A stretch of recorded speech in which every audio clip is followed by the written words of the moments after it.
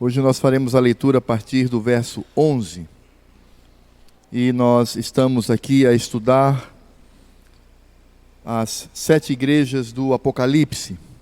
Ontem nós começamos com a igreja de Éfeso, onde nós ressaltamos a palavra do Senhor àquela igreja, uma igreja que era fiel na doutrina, mas fria no amor.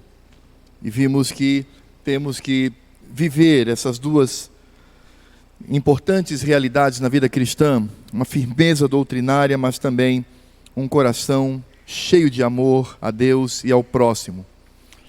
Hoje nós falaremos sobre a igreja de Esmirna. É a segunda igreja que encontramos das 7 em que Cristo dirige uma carta àquele povo, àquela comunidade. E diz assim a palavra de Deus em Apocalipse 2, do verso 8 até o verso 11. Apocalipse capítulo 2, do verso 8 ao verso número 11. Diz assim a palavra de Deus: Ao anjo da igreja em Esmirna escreve: Estas coisas diz o primeiro e o último, que esteve morto e tornou a viver. Conheço a tua tribulação, a tua pobreza, mas tu és rico, e a blasfêmias do que a si mesmos se declaram judeus e não são, sendo antes sinagoga de Satanás. Não temas as coisas que tens de sofrer. Eis que o diabo está para lançar em prisão alguns dentre vós, para serdes postos à prova, e tereis tribulação de 10 dias. Sê fiel até a morte, e dar-te-ei a coroa da vida. Quem tem ouvidos, ouça o que o Espírito diz às igrejas. O vencedor de nenhum modo sofrerá dano da segunda morte. Ao olharmos para essa carta, surge a pergunta: o que é Esmirna? Que cidade é esta?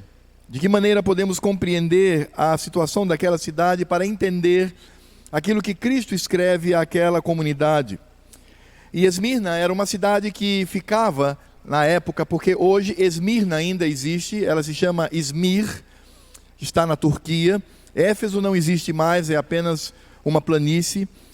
Mas na época, Esmirna ficava cerca de 50 quilômetros ao norte de Éfeso. E essa cidade ela era conhecida pela beleza das suas construções. Era uma cidade que manifestava a pujança dos seus prédios, das suas casas. Lá existiam o que nós poderíamos chamar de prédios públicos, prédios que pertenciam ao Império Romano. E esses prédios rodeavam um monte que se chamava o Monte Pagos. E Pagos, então, como montanha, tinha esses prédios que o rodeavam, e as pessoas diziam, então, que era como uma coroa sobre aquele monte. E, de fato, essa cidade era conhecida por conta desses prédios. E isso acontecera porque, há 700 anos, do momento em que essa carta foi escrita, Esmirna sofreu uma devassa, ela foi absolutamente destruída. Ela foi colocada no pó, na cinza, foi raspada. E ela passou cerca de 300 anos nessa condição, até que os moradores daquela cidade, bem como aqueles que faziam parte do Império Romano, que começava agora a surgir, iniciaram um projeto arquitetônico para aquela cidade, e eles do zero construíram-na. Por isso, então, ela tinha toda uma distribuição entre prédios, ruas, mercado, templos, que impressionavam as pessoas. Seria mais ou menos como Brasília no Brasil. Foi uma cidade quase que planejada. E é interessante que essa cidade, ela também era conhecida por sua fidelidade ao Império Romano. Antes mesmo do Império Romano atingir o seu apogeu, Esmirna já manifestava toda uma fidelidade ao imperador. Que no caso não era imperador, mas sim a César e ao Senado romano. E com isto, então, tornou-se proverbial falar da fidelidade de Esmirna ao império. E tanto que essa manifestação de fidelidade trouxe para aquela cidade um suntuoso palácio dedicado a Tibério César. Portanto, aquela cidade era reconhecida como o lugar da adoração de César. Vimos semana passada que Éfeso era tida como a cidade da adoração da deusa Ártemis ou Diana. E agora temos Esmirna, e Esmirna então passa a ser a cidade da adoração de César, por conta deste suntuoso templo dedicado ao imperador. Portanto, existiam peregrinações para aquela cidade, para que as pessoas pudessem manifestar o seu culto a César, porque nós sabemos que César era considerado como uma divindade no meio do povo. Agora temos que ressaltar algo que aí faz sentido para o nosso texto e a nossa carta, é que essa cidade possuía uma grandíssima comunidade judaica. Havia muitos judeus que moravam ali, e eles eram comerciantes prósperos, e eles de certa forma faziam parte da elite daquela cidade, daqueles que possuíam recursos, daqueles que de fato movimentavam o comércio daquela cidade, até porque Esmirna, que estava ao norte de Éfeso, também possuía um porto no mar Egeu, um porto obviamente menor que o de Éfeso, mas também importante, e ali então vários navios, era como que uma segunda opção, quando o porto, por exemplo, de Éfeso estava congestionado, eles levavam então o navio para Esmirna, e ali deixavam os produtos que vinham de longe, e aí fazia com que Esmirna tivesse também um comércio pujante. Portanto, era uma cidade rica, tanto que alguns historiadores afirmam que Esmirna e Éfeso disputavam a hegemonia econômica e até política ali da Ásia Menor. Portanto, estamos falando de uma cidade também muito importante. E como eu disse, a religião, a religiosidade daquela cidade não era devotada à deusa Diana em Éfeso, mas era devotada ao imperador. Portanto, era reconhecido como o espaço do imperador, o espaço de culto. E isso, obviamente, unia-se à visão de que Esmirna era uma cidade que possuía laços profundos com o império, era fiel ao império, e por isso ela se tornou também importante, e ela se tornou também referência naquela região para o Império Romano. Com relação à sua igreja, é um mistério para nós, porque nós não sabemos exatamente qual missionário que fundou a igreja ali. Existem algumas teorias acerca dessa situação. Como nós não sabemos acerca do seu fundador, alguns acreditam que Paulo, que morara em Éfeso durante um bom tempo, havia influenciado também aquela cidade. Talvez alguns comerciantes que vinham a Éfeso e se convertiam com o ministério de Paulo, retornavam a Esmirna, e lá em Esmirna então começaram um trabalho incipiente, e aí então surge uma igreja naquele lugar. Todavia, a igreja de Esmirna, ela era reconhecida por sua fidelidade ao Senhor. Existe um fato histórico emblemático que envolve esta cidade, que falarei no momento da aplicação da mensagem, que é de Policarpo. Policarpo de Esmirna era um pastor, um bispo. Ele foi um mártir, ele foi morto por causa do Evangelho no ano de 155, e a morte desse velho pastor de 86 anos marca a história como a manifestação de profunda fidelidade e também amor para com Cristo. E certamente Policarpo, ele demonstrava como pastor o que aquela igreja vivia em termos da sua fidelidade, e também a sua morte brutal, um ancião, um idoso de 86 anos, morrendo queimado em praça pública, também manifesta o ódio que aquela cidade demonstrava para com os crentes, visto que era o espaço da adoração do imperador, e eles não queriam que pessoas se devotassem a outro rei, na visão deles um reizinho qualquer, um deusinho qualquer, lá da Palestina, chamado Cristo, chamado Jesus. Então, eles, ali naquela região, a região de Esmirna era reconhecida como uma região onde a igreja local era brutalmente perseguida, não só pelos moradores de Esmirna, mas a comunidade judaica, que também odiava o cristianismo, se juntava, se mancomunava aos políticos, aos líderes e também às pessoas da cidade para entregar e matar os cristãos. Então essa é a cidade de Esmirna, essa é a igreja que está ali, a igreja que sofre perseguição. Portanto, o tema da carta de Cristo a Esmirna é sobre perseguição. E aqui nós encontramos uma igreja profundamente sofrida. Uma igreja que é esmagada pela brutalidade e pela maldade do coração do homem. Homens, mulheres, crianças que eram mortos. Eles eram não apenas queimados, crucificados, mas eram também lançados às feras para serem devorados. Famílias inteiras eram colocadas diante de animais selvagens, famintos, para serem mortos como espetáculo de horror para aquela cidade. Portanto, a igreja ali em Esmirna, ela vivenciava toda esta perseguição e todo este sofrimento, e nós podemos perceber isso quando Cristo se dirige àquela igreja, quando ele diz a partir do verso 9: conheço a tua tribulação, a tua pobreza, mas tu és rico, e a blasfêmias dos que a si mesmos se declaram judeus e não são, sendo antes sinagoga de Satanás. No verso 10 diz: não temas as coisas que tens de sofrer, eis que o diabo está para lançar em prisão alguns dentre vós, para serdes postos à prova, e tereis tribulação de 10 dias, sê fiel até a morte, e dar-te-ei a coroa da vida. Esta é a mensagem de Cristo para aqueles irmãos. Esta é a mensagem de Cristo para aquela igreja.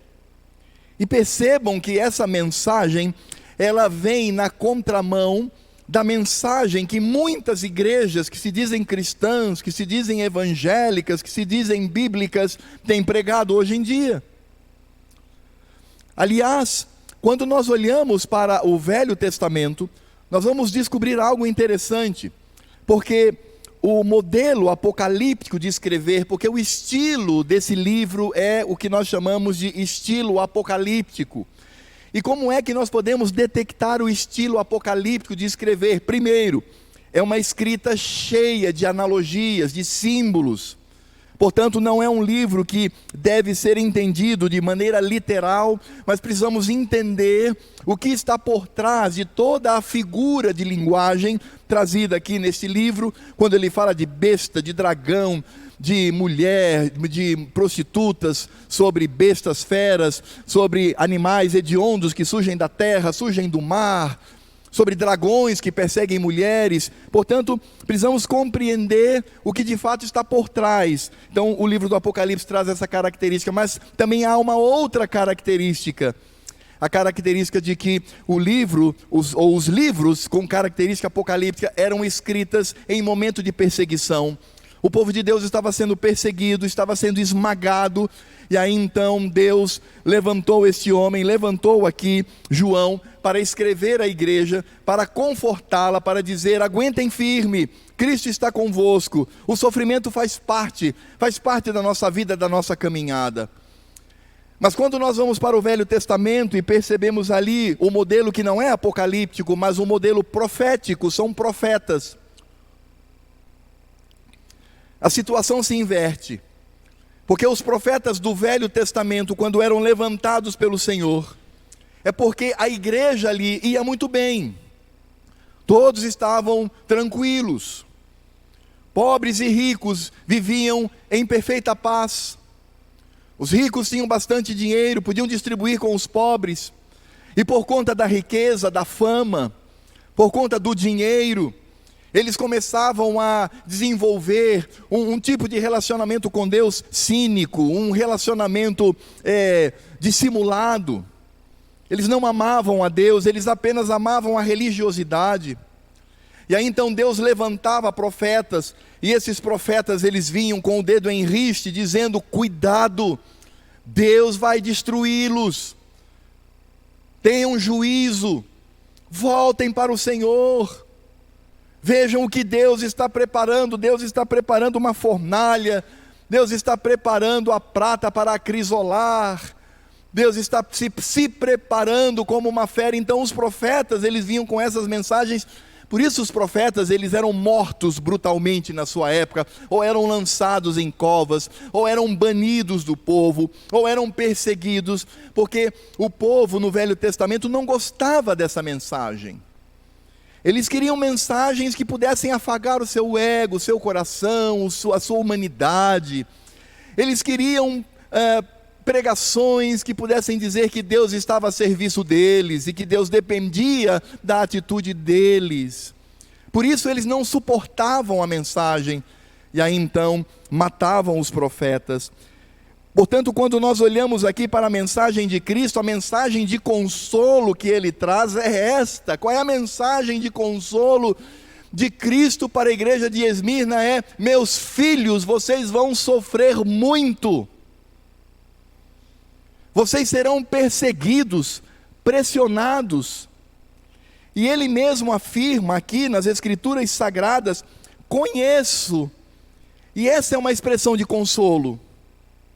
O consolo não é declare a sua vitória, amarre o inimigo, declare que você vai ganhar mais dinheiro. Vamos fazer um culto aqui bastante agradável, cheio de musiquinhas e num estilo assim meio festivo. Vamos fazer uma pregaçãozinha gostosa, adocicada, humanista, para que você se sinta bem. Não. Vejam que aqui a mensagem é: conheço a tua tribulação. Cristo conhecia a situação daquela igreja. Portanto, o consolo não está em mensagens anti-evangélicas e mentirosas. O consolo está no fato de que Cristo olha para aquela igreja com carinho, com amor, com cuidado e diz: meus filhos, eu sei o que vocês estão passando. Eu conheço o seu sofrimento. Eu sei que vocês estão pobres. E aí, já de início, Cristo traz uma palavra de consolo a mais, porque a primeira palavra de consolo é: conheço a tua tribulação, a tua pobreza, mas Cristo diz assim: mas tu és rico. Há aqui uma contradição entre o que vocês estão vivendo e a realidade espiritual que vocês vivem diante de mim. E é impressionante, irmãos, porque no momento em que Jesus fala assim: conheço a tua tribulação, a tua pobreza, mas tu és rico. E ele dizia a blasfêmia, ou seja, essa blasfêmia não é contra Deus, é contra a igreja, que os judeus levantavam. Eram acusações falsas. Na verdade, eram palavras mentirosas para levar aqueles homens, mulheres e crianças à morte. E Cristo diz: eu conheço a blasfêmia. Então, Cristo está dizendo: eu conheço a tua tribulação, eu sei que você está pobre. E por que eles estavam pobres? Porque os judeus, eles dominavam o comércio naquela cidade. Então eles possuíam uma rede de influência. Então, quando uma pessoa se tornava cristã, ela era banida do seu trabalho, ela não tinha como conseguir emprego, ela não tinha onde morar. E é interessante porque nesse sentido nós vamos perceber que até os bens destes que se convertiam eram confiscados, eram retirados. A gente pode perceber isso lá em Hebreus capítulo 10, verso 34. Lá o autor diz assim: porque não somente vos compadeceste dos encarcerados, como também aceitaste com alegria, aí olha só, o espólio dos vossos bens, tendo ciência de possuir de vós mesmos patrimônio superior e durável. Portanto, aqueles crentes, eles eram perseguidos, eles eram assassinados, eles não tinham o que comer, e eram pessoas cujos bens eram confiscados e retirados. Eles se tornavam absolutamente pobres, eles não tinham onde morar, eles não tinham o que comer, eles não tinham onde trabalhar. E aí é claro que ao ouvir uma mensagem como esta, possivelmente esses crentes perguntassem a Cristo: ó Senhor, que maravilha, tu conheces a nossa tribulação. A palavra tribulação é literalmente pressão, é como se colocássemos alguém numa bigorna e colocássemos uma chapa de aço sobre essa pessoa e fôssemos pressionando cada vez mais, não aliviando momento algum. Quem sabe alguns crentes, ao ouvirem essa mensagem, disseram: puxa, o Senhor conhece a nossa tribulação, conhece a nossa pobreza, diz inclusive que somos ricos, conhece toda a calúnia levantada pelos judeus contra nós. E aí depois então o Senhor diz no verso 10, não temas as coisas. Puxa, olha que mensagem. O Senhor conhece a nossa tribulação, sabe que somos pobres, reconhece a nossa riqueza espiritual, fala da nossa tribulação, fala das calúnias contra nós, e Ele ainda diz para nós não temermos. Puxa vida, será que Ele virá e nos livrará, e tornará a cada um de nós paupérrimos, ricos nessa cidade, cheio de dinheiro, cheio de propriedades, cheio de saúde? A palavra de Cristo é: eis que o diabo está para lançar em prisão alguns dentre vós, para serdes posto à prova, e tereis tribulação.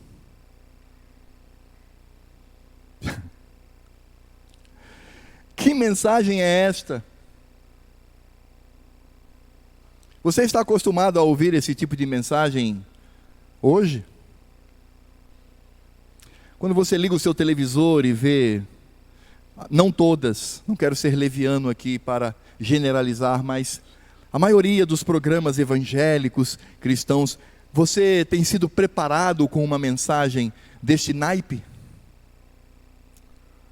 Temos sido confrontados pelo fato de que o mundo nos odeia e de que ele não cessa em perseguir o povo de Cristo.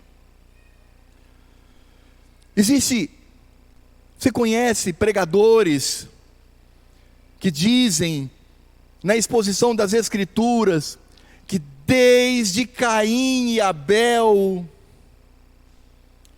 a geração da serpente tem se levantado contra a geração da mulher,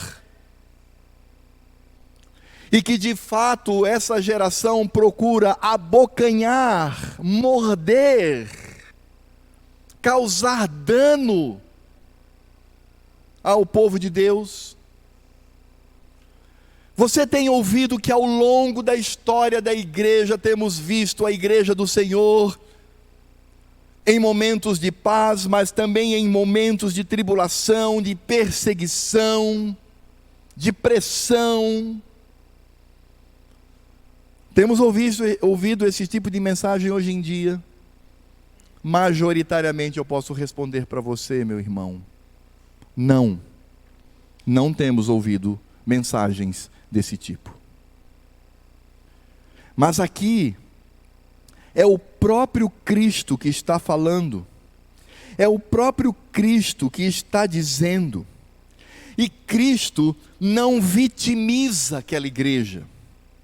Cristo não diz: mas coitadinho, isso é injusto, não podemos permitir que isso aconteça, temos que reverter essa situação, quem sabe mandar um fogo poderoso e divino do céu, que atinja somente os ímpios, e os crentes saiam incólumes, ilesos, saiam dali sem nenhum arranhão, e possam agora ter uma vida. Você entende o que eu quero dizer, meu irmão? Nós precisamos entender que o momento da vitória extrema, e o momento da paz extrema, e o momento da alegria que não cessará, só acontecerá no céu. Aqueles que prometem um mundo melhor, aqueles que prometem um mundo cheio de paz, aqueles que prometem um mundo pelo modelo de John Lennon, aqueles que trazem um mundo pelo modelo do socialismo, aqueles que são pacifistas, igrejas que pregam uma vida ditosa aqui, sem doença, sem pobreza, sem miséria, não vem de Cristo. E talvez você pergunte, dizendo: mas pastor, nós vivemos uma certa paz, eu estou em paz, eu estou tranquilo. É engraçado, irmãos. Porque Paulo nos diz que aquele que vive uma vida piedosa, essa pessoa é o quê? Ela é o quê, irmãos? Perseguida. Então, se você não sofre nenhum tipo de perseguição, questione a sua vida com Deus. Porque existe uma guerra entre os filhos da serpente, o mundo e o reino de Deus. Embora o reino de Deus seja, de longe, vitorioso em todas as coisas. E vejam que aqui em Esmirna, os perseguidores, eles são na sua maioria judeus. É isso que Cristo vai dizer. Voltando para o verso 9, ele diz assim: conheço a tua tribulação, a tua pobreza, mas tu és rico. E a blasfêmia dos que a si mesmos se declaram judeus. Eles dizem: nós somos judeus, somos filhos de Abraão. Mas Cristo diz: e não são, sendo antes sinagoga de Satanás. O mesmo Satanás que aparece no verso 10, quando ele diz: não temas as coisas que tens de sofrer, eis que o diabo está para lançar em prisão alguns dentre vós. Portanto, nós encontramos aqui esta sociedade judaica que está ali naquela cidade, e eles de fato estavam perseguindo a igreja do Senhor, estavam perseguindo o verdadeiro Israel, estavam perseguindo aqueles que são discípulos de Cristo. E embora eles se declarassem judeus, porque por linhagem biológica, por sangue, eles eram sim descendentes de Abraão, mas eles não eram de Deus. É por isso que nós vamos entender o que Paulo nos fala lá em Romanos capítulo 2, do verso 25 ao verso 29, ele diz: porque a circuncisão tem valor se praticares a lei, se és porém transgressor da lei, a tal circuncisão já se tornou incircuncisão. Se pois a incircuncisão observa os preceitos da lei, não será ela porventura considerada como circuncisão? E se aquele que é incircunciso por natureza cumpre a lei, certamente ele te julgará a ti, que não obstante a letra e a circuncisão, és transgressor da lei. Agora veja só o que Paulo diz, preste agora atenção. Porque não é judeu quem o é apenas exteriormente, nem é circuncisão a que é somente na carne, no físico. Porém judeu é aquele que o é interiormente, e circuncisão a que é do coração, no espírito, não segundo a letra, e cujo louvor não procede dos homens, mas de Deus. E se você quiser um detalhamento disso, leia Romanos capítulo 9. Se você quer continuar entendendo sobre isso, leia Romanos capítulo 11. É óbvio que precisamos reconhecer que Deus separou este povo no passado, foi a igreja de Deus no Velho Testamento, testemunho às nações, luz para as nações.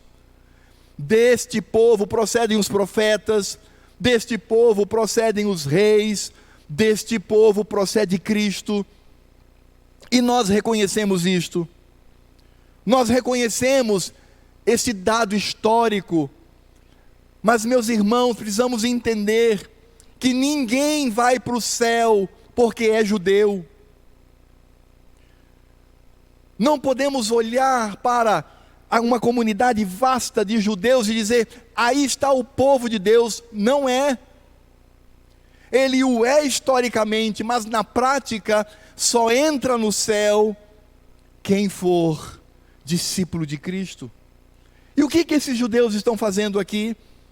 Eles estão se tornando discípulos de Cristo, eles estão se tornando espiritualmente Israel de Deus. Não, eles estão perseguindo o povo do Senhor. É por isso que nós entendemos aquilo que o Senhor Jesus, lá no Evangelho de João, no capítulo 8, do verso 33 a 45, mesmo João que escreveu o Apocalipse, registrou as palavras de Cristo, que teve um debate com os judeus, e as Escrituras nos dizem: respondeu-lhes os escribas e os mestres da lei, eles disseram: somos descendência de Abraão e jamais fomos escravos de alguém. Como dizes tu, sereis livres? Eles estão aqui interpelando a Jesus. Replicou-lhe Jesus: em verdade vos digo, todo o que comete pecado é escravo do pecado. O escravo não fica sempre na casa, o filho sim, para sempre. Se pois o filho vos libertar, verdadeiramente sereis livres. Bem sei que sois descendência de Abraão, contudo procurais matar-me, porque a minha palavra não está em vós.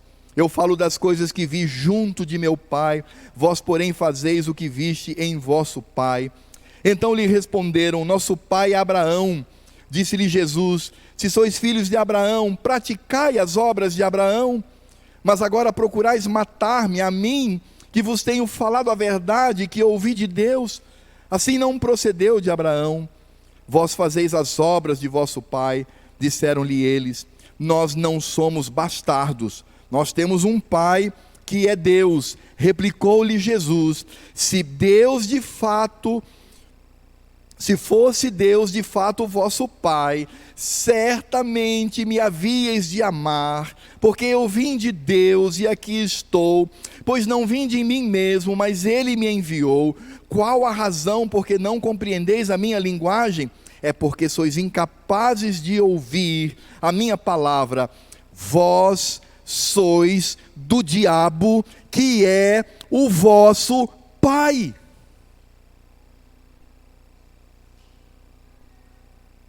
E quereis satisfazer-lhes os desejos. De quem? Do seu pai. E quem é o pai deles? É o diabo. Ele foi homicida desde o princípio e jamais se firmou na verdade, porque nele não há verdade. Quando ele profere mentira, fala do que lhe é próprio, porque é mentiroso e pai da mentira. Mas porque eu digo a verdade, não me credes. E aí João, ou melhor, Cristo, por meio do mesmo servo João, ele diz aqui claramente: conheço a tua tribulação, a tua pobreza, mas tu és rico, e a blasfêmia dos que si mesmos se declaram judeus e não são, sendo antes sinagoga de Satanás. E, irmãos, aqui cabe uma reflexão, porque você já viu aí muitos evangélicos colocando a bandeira do Estado de Israel, e eles colocam símbolos do Velho Testamento, e eles dizem que Israel é sim uma nação especial para Deus, continua sendo de fato o povo de Deus, quando as Escrituras Sagradas dizem que só é povo de Deus aquele que é resgatado pelo sangue de Cristo, aquele que se torna escravo de Cristo. Portanto, aqueles que são servos de Cristo, este é o Israel de Deus em continuidade. O status de judeu agora se espalha sobre os gentios pela obra de Cristo que alcança o mundo. E qualquer israelense hoje que não se render a Cristo é filho do diabo e vai para o inferno. E nós podemos perceber aqui o próprio Cristo ressaltando de onde vinha aquela perseguição. E aí, diante deste quadro, percebemos que Cristo não promete vida fácil, mas Cristo fala das perseguições promovidas pelo pai daqueles judeus. Quem era o pai daqueles judeus? Era o diabo, que iria lançá-los na cadeia, colocando-os à prova. Aquela igreja, irmãos, ela precisava ter maturidade para buscar o consolo no lugar certo. O consolo não está nos bens materiais, o consolo não está na paz, o consolo não está numa igrejinha gostosa para frequentar, o consolo não está em nós vivemos um cristianismo segundo o modelo do nosso coração.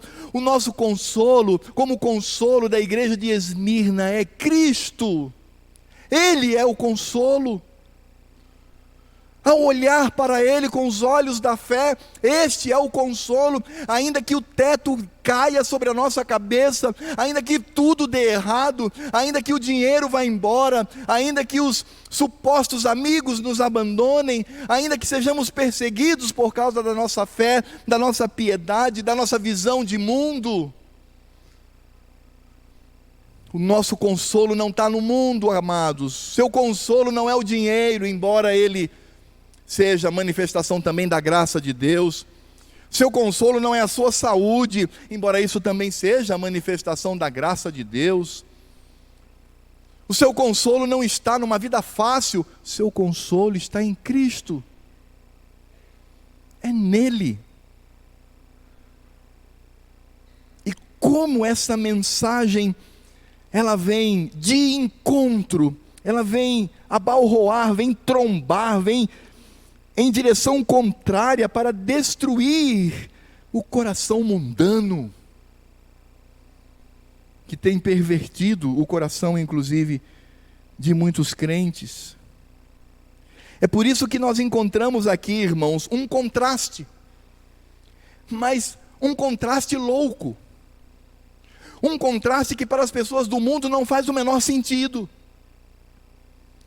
Porque se você pergunta para alguém do mundo, dizendo, o que é uma vida boa?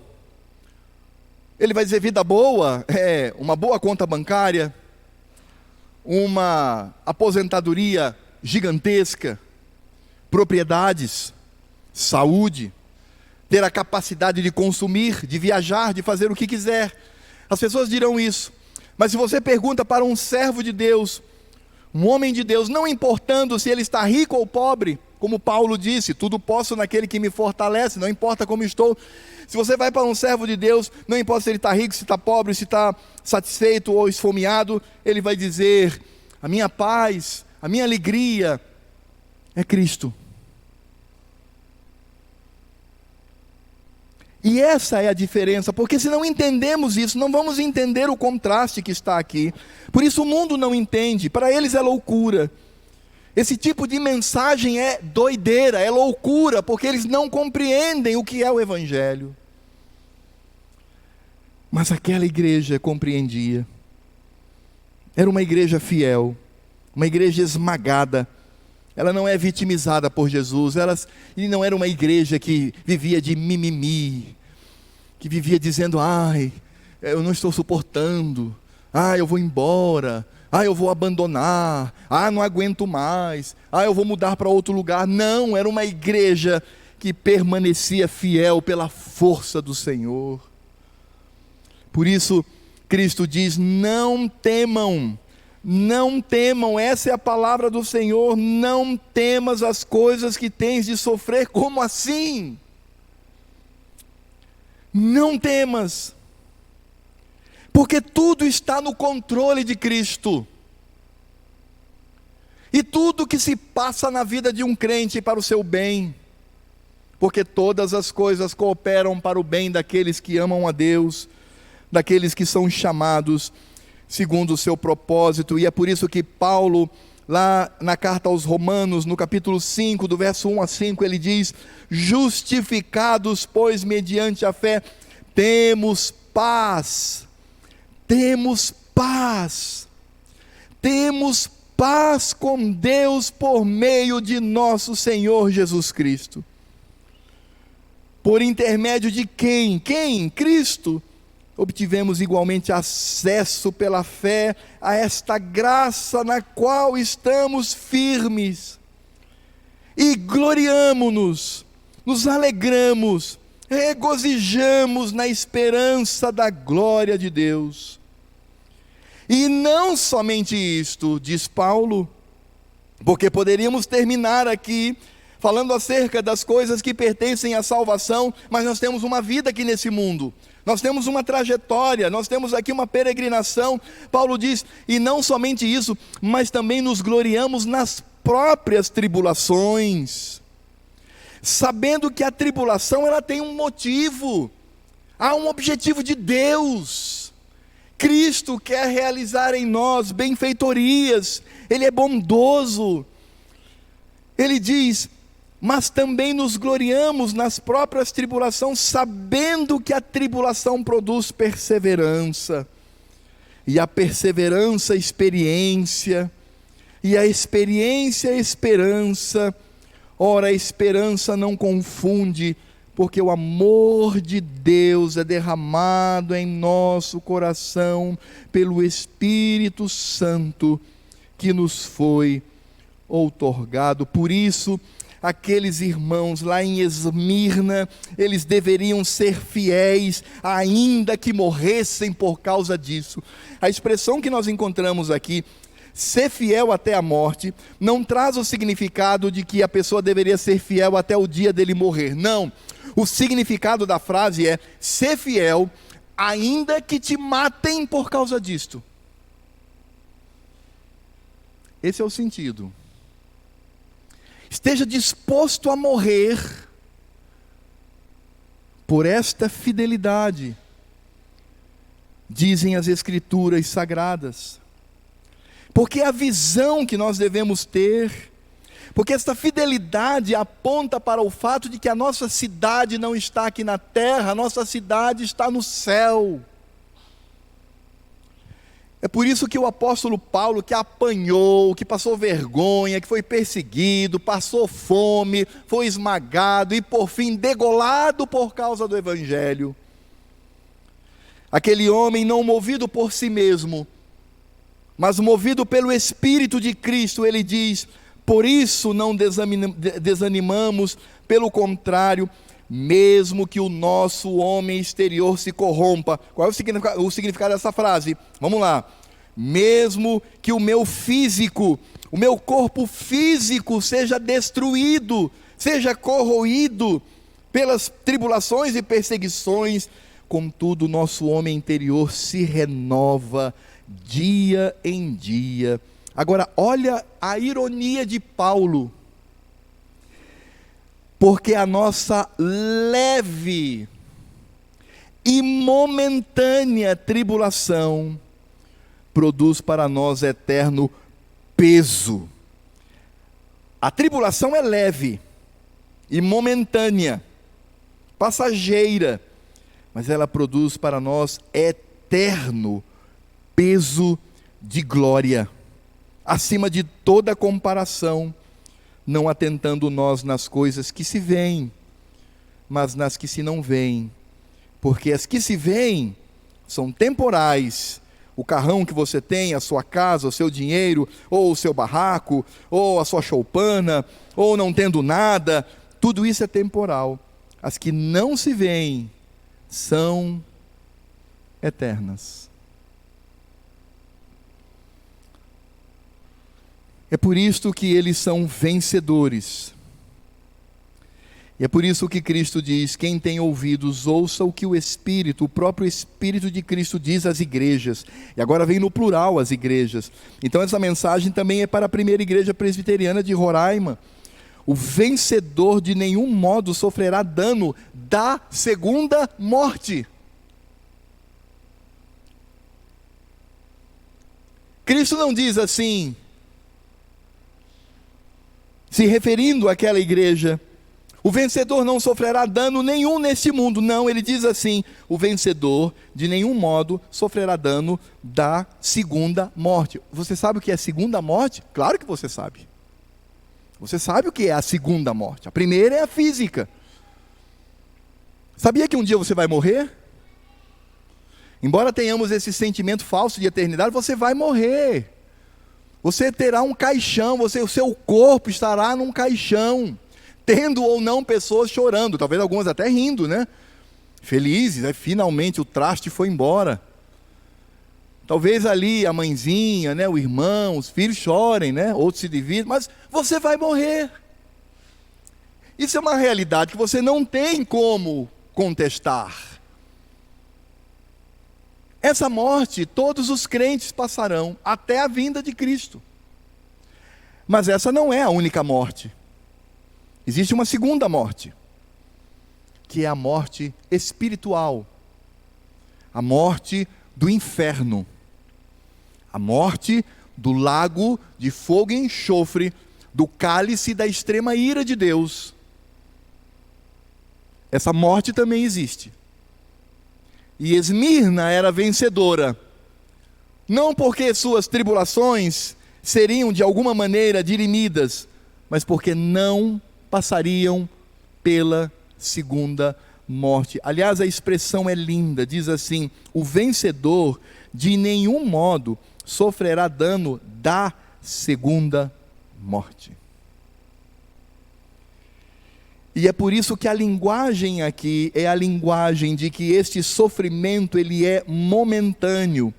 Por isso, voltando para o início do verso 10, ele diz: não temas as coisas que tens de sofrer, eis que o diabo está para lançar em prisão alguns dentre vós, para ser dispostos à prova, e tereis tribulação de 10 dias. A expressão 10 dias é uma expressão de mistério, uma expressão do Apocalipse. Mas ela nos diz algo: ela terá um fim. Ela não ficará por toda a eternidade. Ela terá um fim. E é exatamente isso que Cristo está dizendo: fique firme.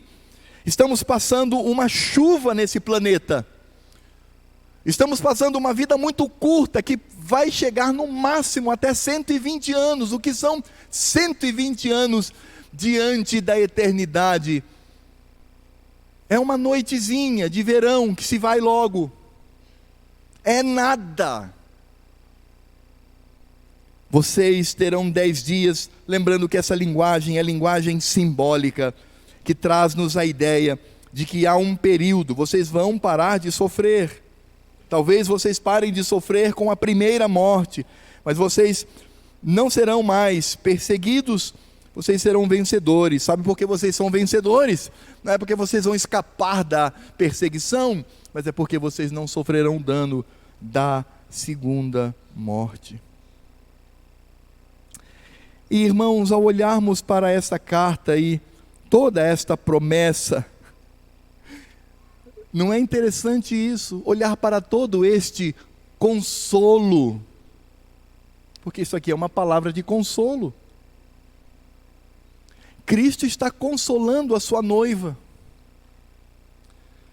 Poderíamos perguntar, de fato, como nós podemos entender o que está por trás de toda esta promessa e de toda esta carta? Meus irmãos, esta palavra de Cristo tem por trás Ele mesmo e resulta na glória dEle mesmo, porque aqui nós temos a manifestação da pessoa e da obra de Cristo. E a pessoa e a obra de Cristo é a força suficiente para que esta igreja, essa igrejinha perseguida, tão maltratada, pudesse viver. Bastava olhar para Cristo, conceder-lhe a glória devida, amá-lo profundamente. É por isso que no verso 8, eu não li até agora, mas falo-ei neste momento, diz assim: ao anjo da igreja em Hermina escreve. Vamos ler todos juntos o restante do verso 8, ao anjo da igreja em Hermina escreve. Leiam comigo, em alto e bom som. Estas coisas diz o primeiro e o último, que esteve morto e tornou a viver. Você entendeu? Veja como Cristo se apresenta àquela igreja. Porque nós vimos semana passada, pela graça do Senhor, que Cristo, ao se apresentar à igreja de Éfeso, ele diz: essas coisas diz aquele que conserva na mão direita as 7 estrelas e que anda no meio dos 7 candeeiros de ouro. Ou seja, o Cristo que é o Senhor da igreja e que está no meio da igreja. Mas aqui Cristo se apresenta como o primeiro e o último, e aquele que esteve morto e tornou a viver. Qual é o significado destas palavras? O significado destas palavras possui um peso profundo para a igreja de Esmirna, como também possui um peso profundo para aqueles que sofrem e que padecem sofrimento.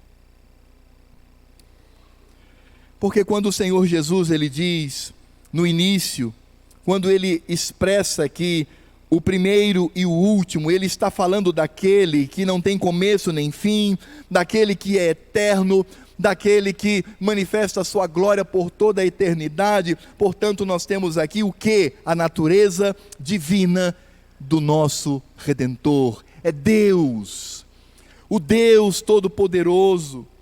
Por isso a igreja de Esmirna pode descansar nas mãos deste Deus que a ama.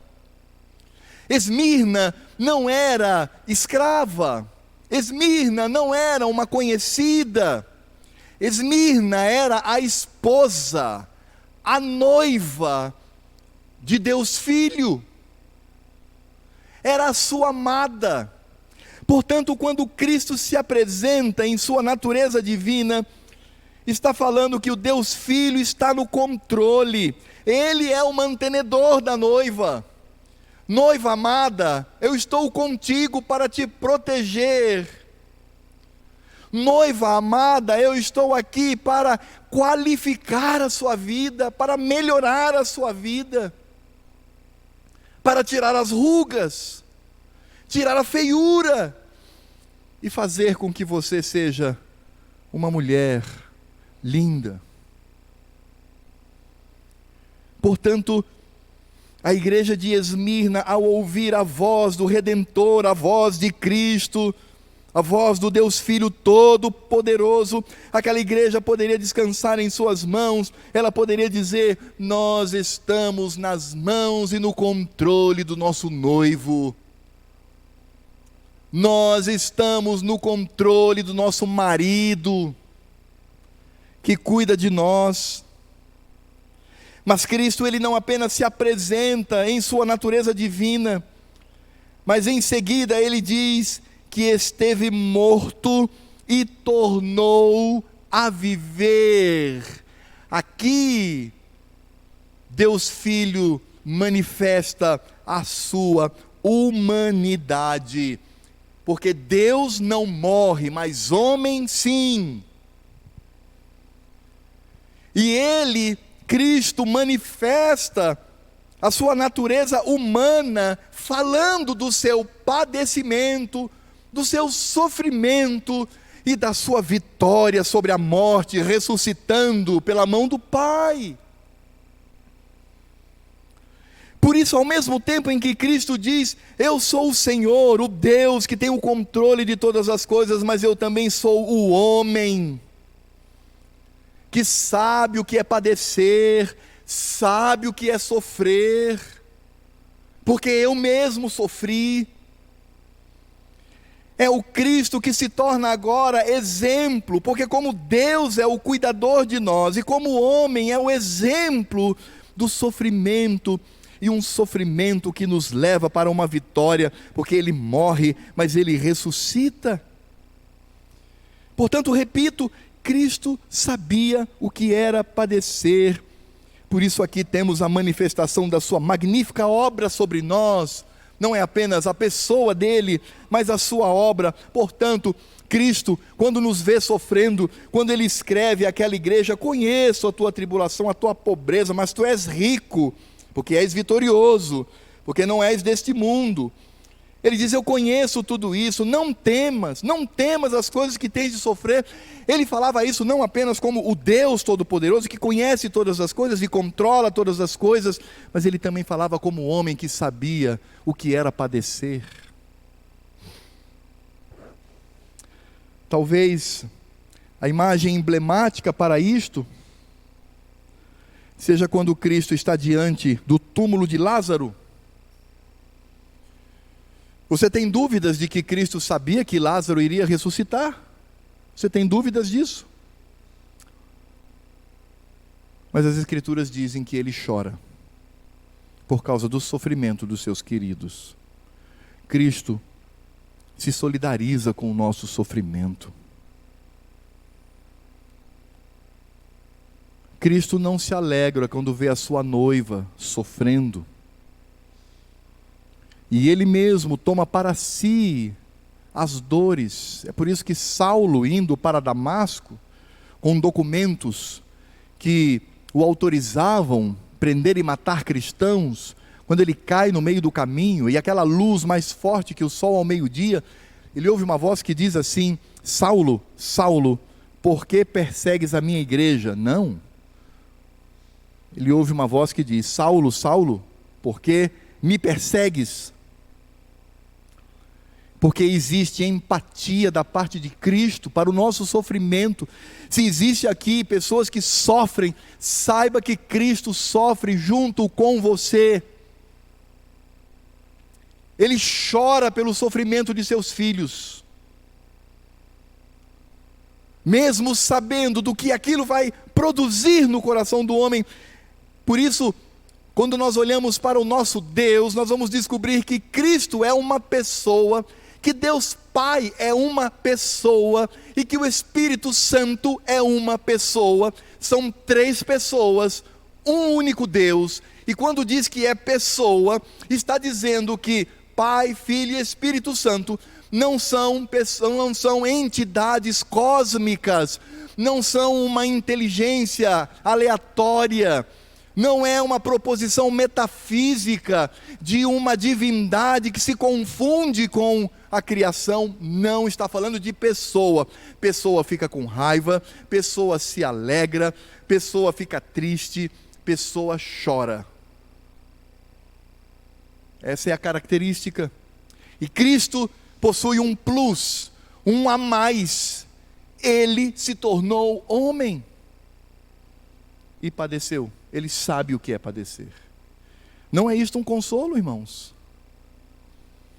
Não é um consolo saber que Cristo chora juntamente conosco no nosso sofrimento, abraçando-nos e dizendo: minha noiva, eu sei o que é dor, mas continue firme, tu estás comigo, nós vamos atravessar esse vale juntos, e no final de tudo, na eternidade, nos alegraremos no dia do nosso casamento, nas bodas do Cordeiro.